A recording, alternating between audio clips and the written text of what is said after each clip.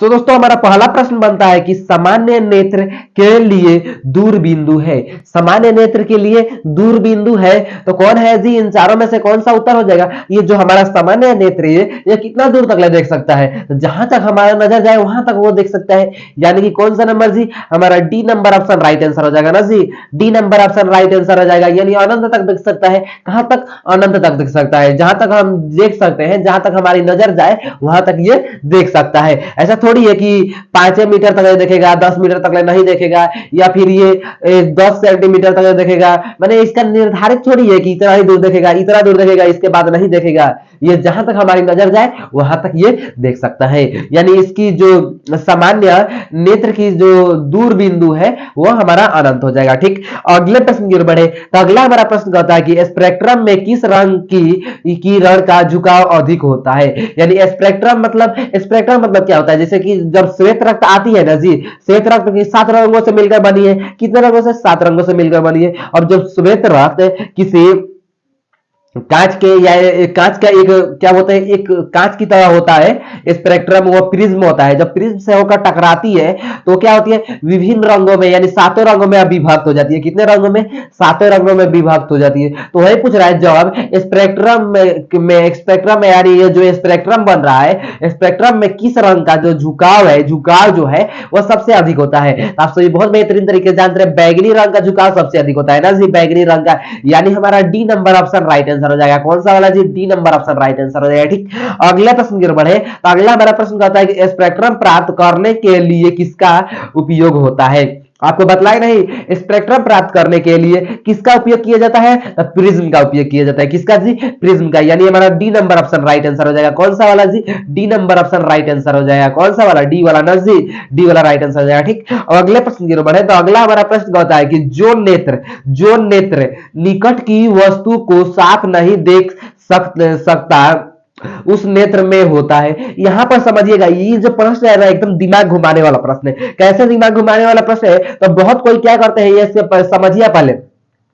जो नेत्र यानी जो आंख है, नेत्र को कैसे कहते हैं? आंखें को कहते हैं जी। जो आंख है निकट की वस्तु को साफ नहीं देख सकता, यानी जो निकट की यानी भीरी की जो वस्तु बा और अगर साफ नहीं देख सकत, भीरी के वस्तु के साफ नहीं देख सकत, तो वो नेत्र में का भइल बा?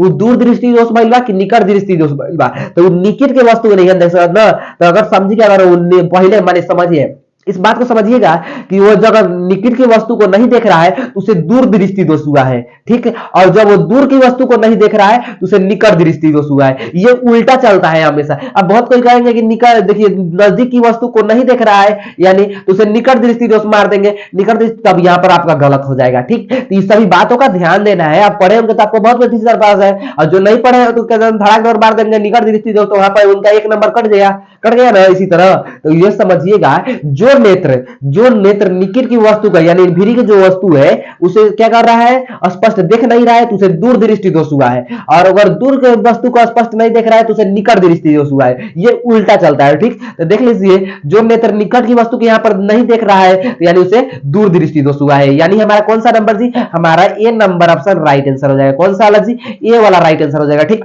ये समझिएगा, ये जो प्रश्न था ये आपको बड़े अच्छी तरह से समझा दिया। अगर समझ में नहीं आया तो वीडियो को पीछे कर लीजिएगा, फिर से एक बार देख लीजिएगा। कह रहा है कि मानव नेत्र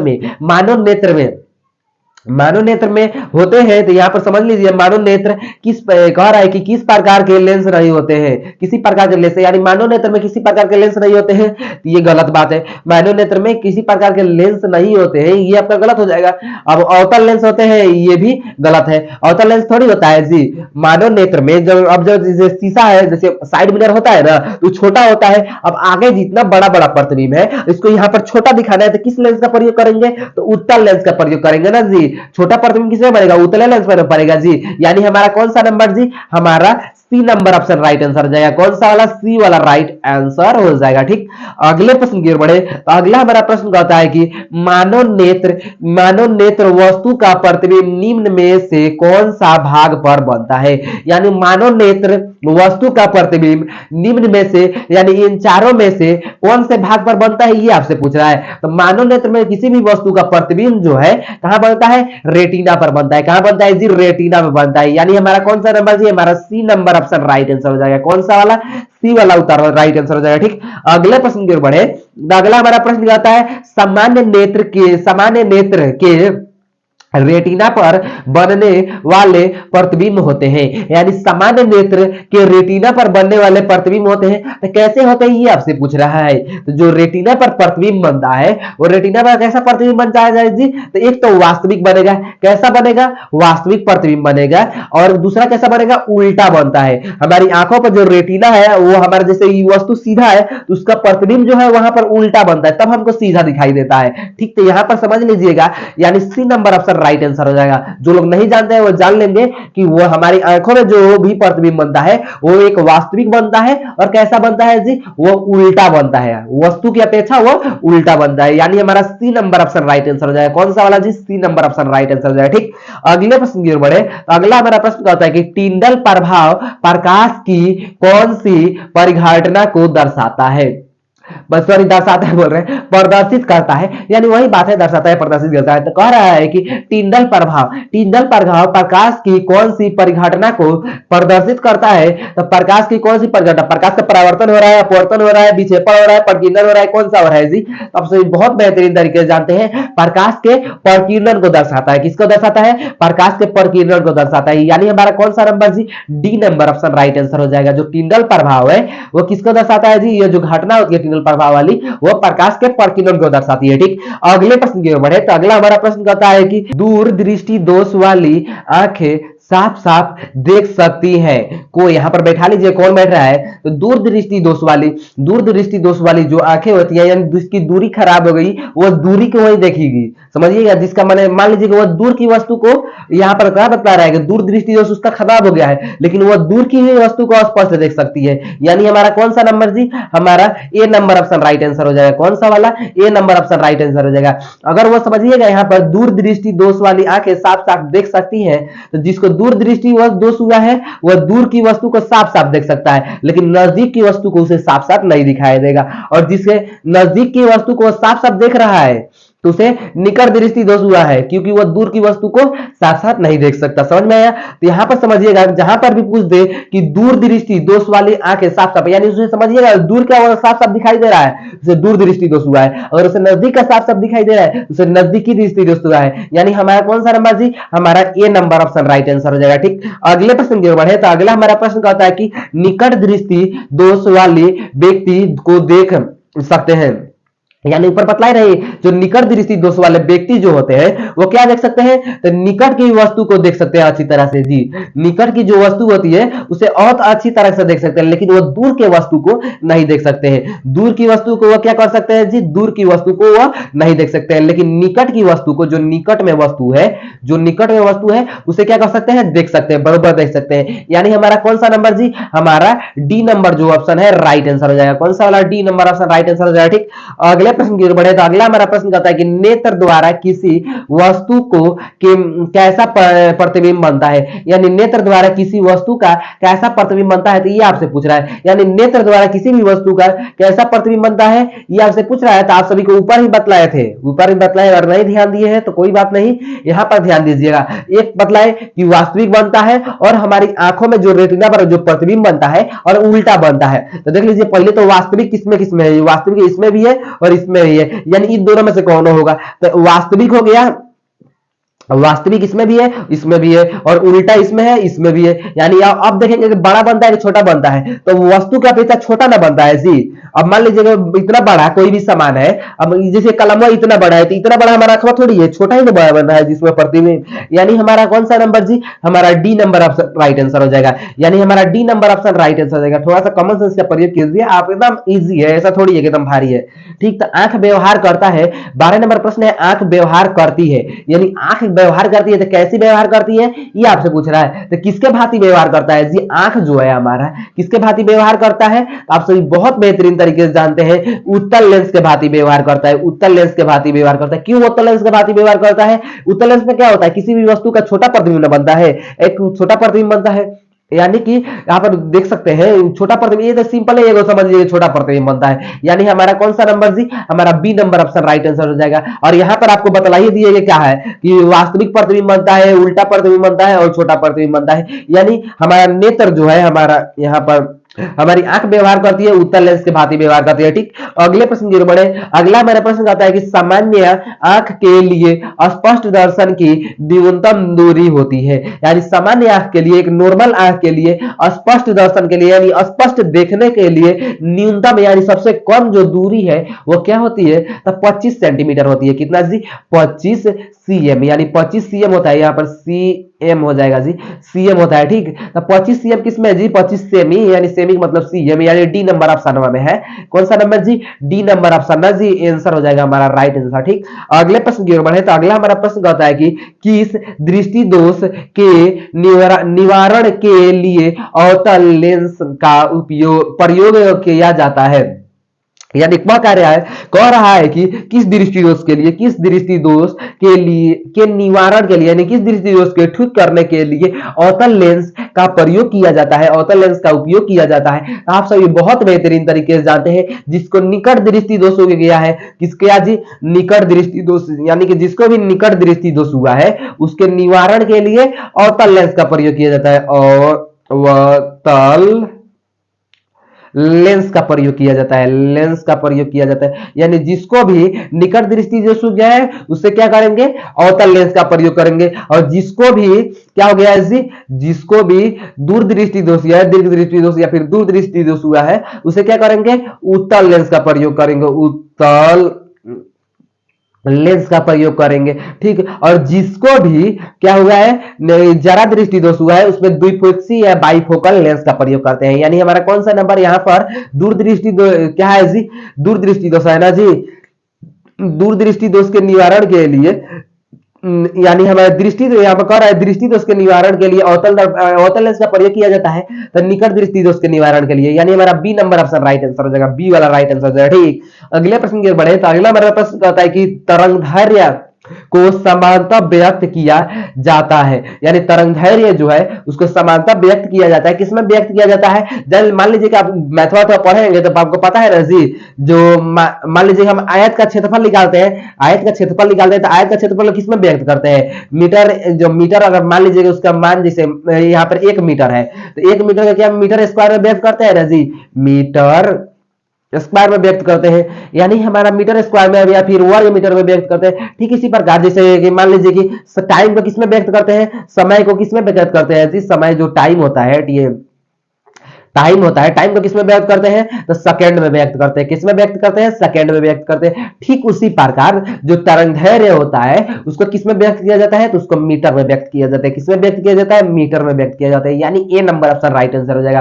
कौन सा वाला, ए वाला सही उत्तर हो जाएगा। ठीक, अगला प्रश्न कहता है कि निकट दृष्टि दोष में किस लेंस का प्रयोग होता है। यानी निकट दृष्टि दोष में किस लेंस का प्रयोग होता है, ये आपसे पूछ रहा है, तो किस लेंस का प्रयोग होता है जी निकट दृष्टि दोष में। यानी यहाँ पर आपको क्या बतलाया, यहाँ पर देखिए यहाँ पर बतलाए ना जी, निकट दृष्टि दोष, यहाँ पर ऑप्शन था निकट दृष्टि दोष में किसका प्रयोग होता है, अवतल लेंस का प्रयोग होता है। ठीक इसी प्रकार यहाँ पर क्या पूछ दिया, अब इसी ऑप्शन को ऊपर कर दिया और पूछ दिया कि निकट दृष्टि दोष में किसका प्रयोग किया जाता है, तो आप पढ़े हैं, आपको यहाँ पर बतलाए हैं, तो आप एकदम धड़ाक नंबर मार कर चले जाएंगे कि भैया अवतल लेंस का प्रयोग होता है। किसका प्रयोग होता है, अवतल लेंस का प्रयोग होता है। यानी हमारा कौन सा नंबर जी, हमारा B number option right answer हो जाएगा। कौन सा वाला जी, B number option right answer हो जाएगा। आंसर में मन जाइएगा, धड़ाधड़ घसा दे रहा है।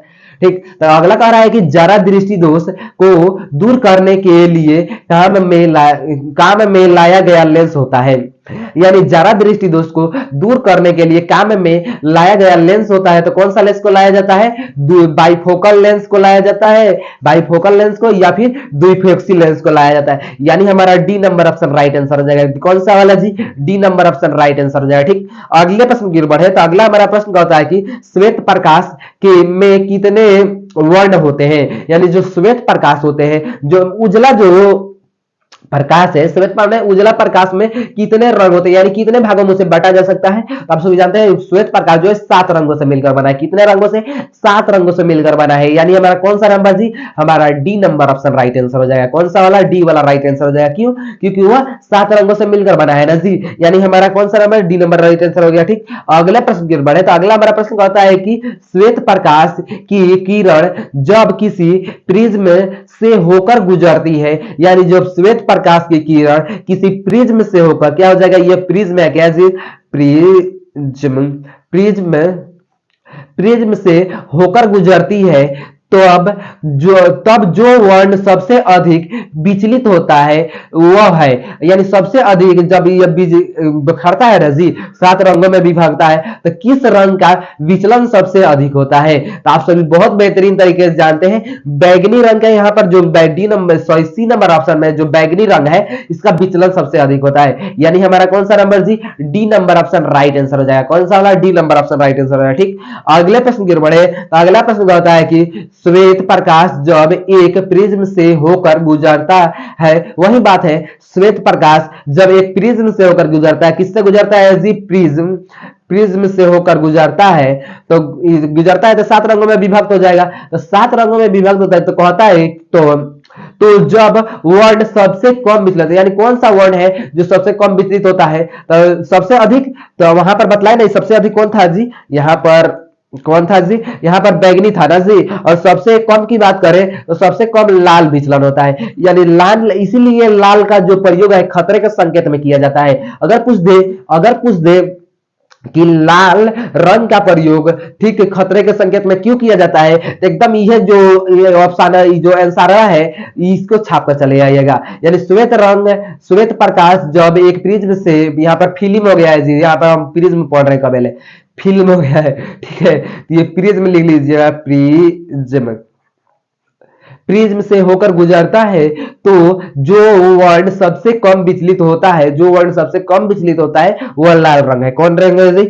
लाल रंग है। और यहाँ पर क्या है? यहाँ पर भी फिल्म हो गया है, नहीं, यहाँ पर प्रिज्म है। ठीक, तो चलिए अगले प्रश्न की ओर बढ़े। अगला मेरा प्रश्न कहता है कि प्रिज्म के भीतर से होकर गुजरने पर श्वेत प्रकाश, यानी जो श्वेत उजला जो प्रकाश है, वो उजले प्रकाश के अपने विभिन्न घटकों में विभाजन को कहते हैं। तो आप सभी बहुत बेहतरीन तरीके से जानते हैं, प्रिज्म से भीतर, यानी प्रिज्म का मान लीजिए ये प्रकाश आ रहा है, ठीक है, और ये प्रिज्म से टकरा कर ये अपने विभिन्न घटकों में विभक्त हो जाता है, विभिन्न भागों में विभक्त हो जाता है, तो इसे ये जो पूरी प्रक्रिया होती है इसे क्या कहते हैं? तो प्रकाश का वर्ण विक्षेपण कहते हैं। यहाँ पर विशेषण हो गया है, यहाँ पर विक्षेपण हो जाएगा, यानी प्रकाश का वर्ण विक्षेपण कहते हैं। क्या कहते हैं जी? प्रकाश का वर्ण विक्षेपण कहते हैं। ठीक, यानी b number option right answer हो जाएगा। ठीक, अगले प्रश्न की ओर बढ़े तो अगला हमारा प्रश्न होता है कि प्रकाश के किस रंग का तरंगदैर्घ्य अधिकतमान होता है, यानी प्रकाश के किस रंग का तरंगदैर्घ्य जो है अधिक होता है, सबसे अधिक होता है, तो लाल रंग का जो तरंगदैर्घ्य है सबसे अधिक होता है। कौन सा रंग का? लाल रंग का, नजी, लाल रंग का जो तरंगदैर्घ्य है सबसे अधिक होता है, यानी हमारा ए नंबर ऑप्शन राइट आंसर हो जाएगा। ठीक,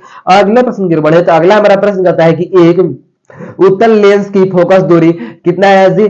20 सेंटीमीटर है। एक उत्तल लेंस की फोकस दूरी 20 सेंटीमीटर है, तो इसकी क्षमता क्या होगी? तो देखते हैं, कल आपको ये बतला दिए थे कि किसी भी, कल आपको 2 वीडियो पीछे बना दिए हैं, उसमें बतला दिए हैं कि किसी भी का फोकस दूरी दिया हुआ है, यानी एफ बराबर कुछ भी दिया है, यहाँ पर 20 दिया है ना जी, यहाँ पर 20 दिया है, यहाँ पर कुछ भी दिया हुआ हो, 20 सीएम दिया हुआ, 30 सीएम दिया हुआ, जो भी दिया हुआ, कैसे उसको हल करते हैं ये आपको पीछे बतला दिए हैं। अगर आपने वो वीडियो नहीं देखा है तो वीडियो का लिंक जो है आपको डिस्क्रिप्शन में डाल देंगे, वहां पर जाकर देख सकते हैं और सीख सकते हैं। ठीक, वो भी आपके बहुत ज्यादा इंपॉर्टेंट है, वो चैप्टर 1 का वीडियो है, बहुत ज्यादा इंपॉर्टेंट है। उसमें चैप्टर 1 के जितने भी यही प्रश्न है वो सब बतला दिए हैं, आप वहां से जाकर देख सकते हैं और सीख सकते हैं। ठीक, तो वहां पर ये बतला दिए हैं, तो चलिए देखते हैं कि कितने लोग वो उसको देखकर सीखे हैं और कितने लोग इसका उत्तर कमेंट में दे पाते हैं। तो चलिए देखते हैं कि कितने लोग ये जो 23 नंबर प्रश्न है इसका उत्तर कमेंट में दे पा रहे हैं। ठीक, अगले प्रश्न की ओर बढ़ते हैं। अगला हमारा प्रश्न कहता है कि पुतली के साइज को नियंत्रण करता है,